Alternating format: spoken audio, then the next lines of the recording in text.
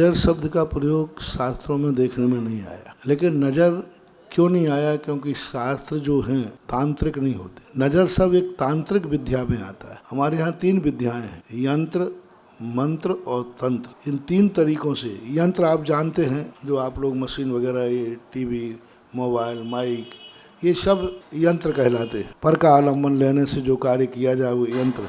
मंत्र जो है वो अपनी साधना शक्ति से आते हैं। मंत्र ना, जैसे अपन तप कहते हैं, ध्यान कहते हैं, स्वाध्याय कहते हैं, सब मंत्र है। और एक होता है तंत्र विद्या। तंत्र विद्या के अंतर्गत स्थितियां बनती हैं ऐसी कि कभी कभी जब कमजोर व्यक्ति होता है तो सामने वाले की दृष्टि से उसके जीवन में कुछ ऐसी परिणतियां आती हैं। तो इसके उल्लेख कुछ कहावतों में मिलते हैं और परंपरा से मिलते हैं। गोमटेश बाहुबली की मूर्ति बनी तब बनने के बाद पूज्यवर नेमिचंद महाराज निरीक्षण करने जाने लगे, सबको देखने लगे। तो शिल्पी ने उसको पर्दे में बंद रखा था, और जैसे ही महाराज ने कहा पर्दा हटाओ, तो शिल्पी कहता रुको थोड़ा महाराज, और उसने जाकर छेनी से जाकर एक नाखून तोड़ दिया। बोले क्यों तोड़ दिया? बोले नाखून नहीं तोड़ता तो गर्दन टूट जाती। बोले मूर्ति बनी ही इतनी अच्छी है कि इस पर दृष्टि दोष पड़ सकता है। तो ऐसी कुछ परंपराओं में, लोक व्यवहार में ऐसा देखने में आता है। शास्त्रों में नजर शब्द नहीं आया, लेकिन दृष्टि दोष आया। ये आया है कि दूसरे की भावनाओं का प्रभाव पड़ता है। कोई यदि बुरी भावना से तुम्हारे प्रति कर रहा है तो तुम्हारे परिणामों को, तुम्हारे कर्मों की उदीर्णा वो करा सकता है, ऐसा